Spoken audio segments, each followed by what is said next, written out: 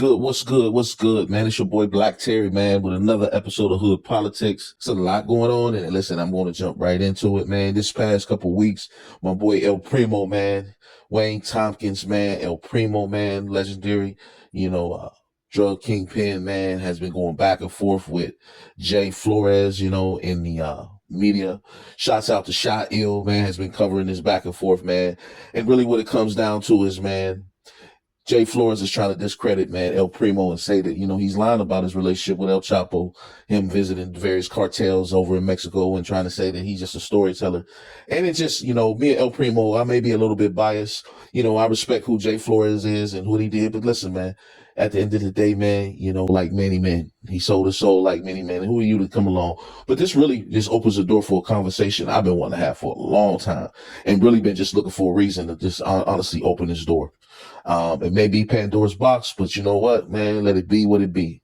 Jay Flores really is an example of how the so-called cartel has been using blacks and we've been patsies and scapegoats, man, for the cartels, for a long time, man. I've been, like I said, I've been playing the game, and I played the game at a high level for a very long time. I've seen the transition from, the Dominicans and the Puerto Ricans and the Colombians until the Mexicans pretty much was controlling everything. And let me tell you something, man. And this is one of my problems with El Primo, man. I think he really holding back because me and him have had, sidebar conversations about this issue because we both understand the role that these, the Mexicans play in the game and how blacks have been patsies and scapegoats, man. And man, just basically at the end of the day, man, these Mexicans been throwing us under the bus, telling on us. And then at the end of the day, you want to be, you want to try to discredit someone because you don't want to believe that they could have rose to as high a level as you in the game. I mean, that's just corny, man. It's corny. Jay Flores, man, I'm very disappointed because you present yourself as a gentleman, but you constantly sneak dissing, man. And I'm gonna put it out there, man. I'm Black Terry, man. Hood politics. Let me tell you something, man. Y'all Mexicans, man, y'all been killing us out here in these streets, man. Y'all been ratting us out, man. Y'all been selling us out. 9 times out of 10, man, when these bitch conspiracies pop off, man, it's the Mexicans, it's the drivers, it's the mules, it's the middlemen. They usually set this stuff off, man. And what they do is they have no problem serving us up. None whatsoever have a problem serving us up. And what happens is it has a residual effect throughout the ranks of our organization or our people. And now we're in a fight, man, against, the Mexicans, caught between the Mexicans and everybody else in the government. I want to play this video and I want y'all to decide. This is what we're up against when we're dealing with these cartels, so-called cartels and Mexican middlemen and a lot of these low-level Mexican distributors. Check this out. Talking about was that if Vicente Zambada, probably the third in command of the Sinaloa cartel, was able to call the most wanted man in the world, who was El Mayo Zambada, one of the biggest drug lords ever to live. If he was able to actually call him and talk to his father while he was on the run and while Vicente was actually cooperating. And me being part of the case, this is absolutely true.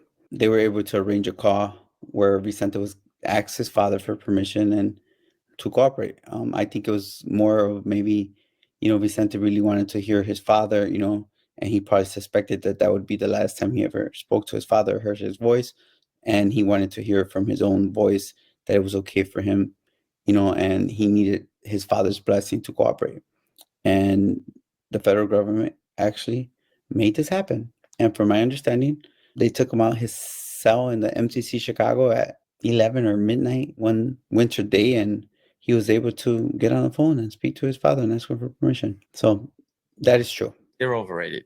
Of Mayo getting grabbed by Chapo's son and brought to the United States. Yeah, I know.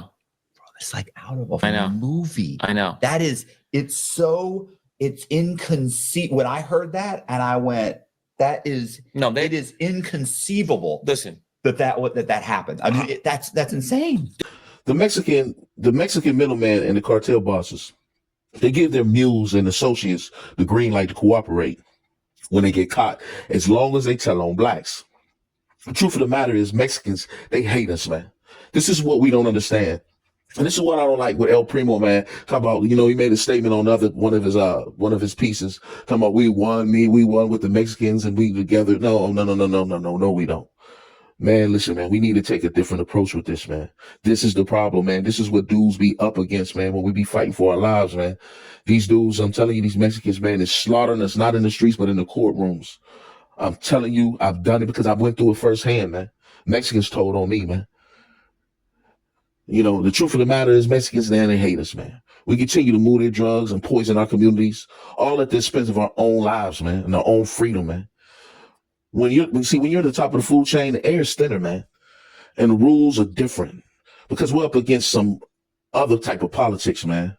See, I come from the game. I come from the cold, and the streets was fed to me for breakfast, man, in my household.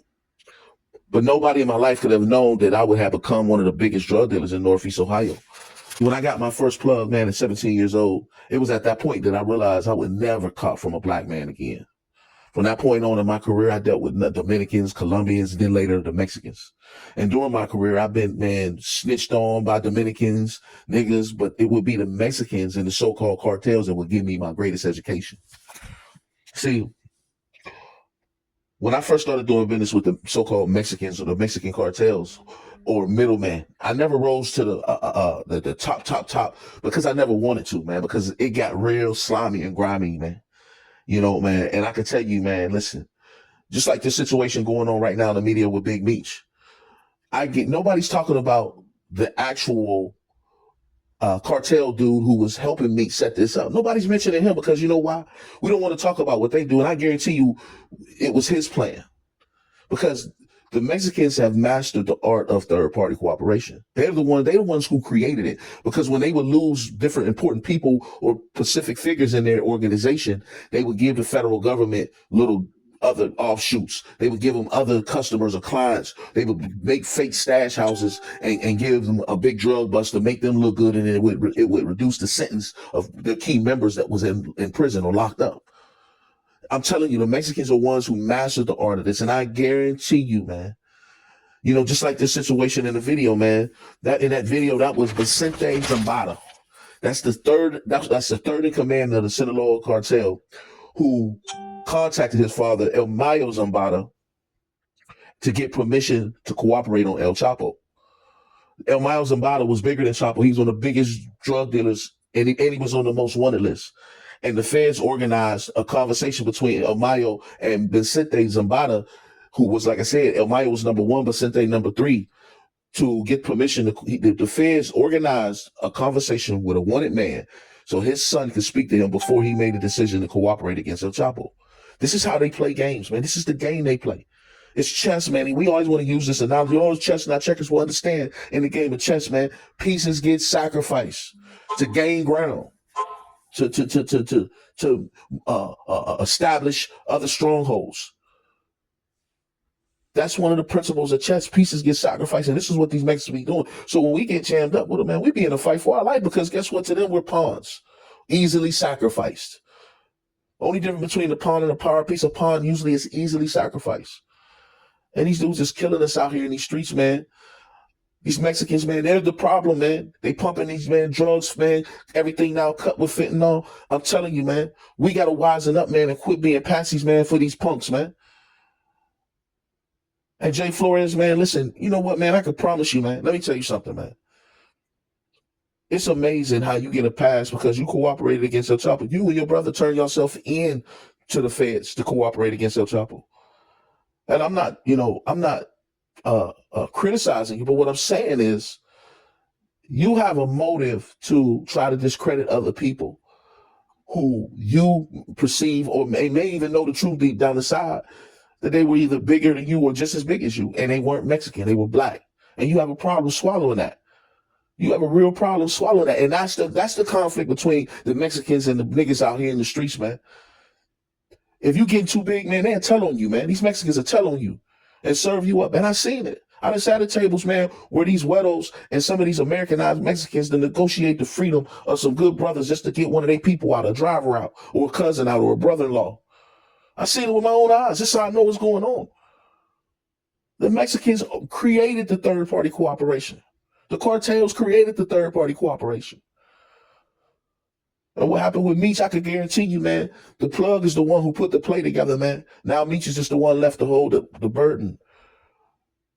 The plug wanted to get Meech out to put him back in position. They weren't thinking about no fucking movie or none of that. Man, these people was thinking about, we need you out here because you're involving with drugs, you can move.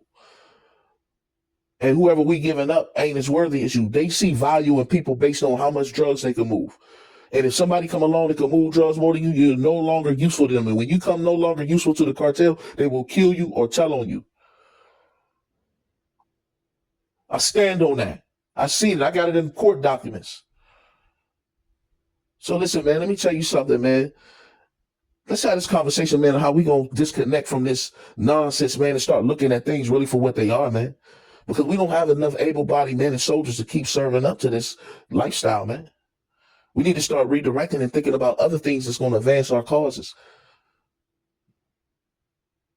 Listen, man, this is Hood Politics, man. It's your boy Black Terry, man. I want to address that, man. And listen, let's have a conversation. I'm looking forward to it.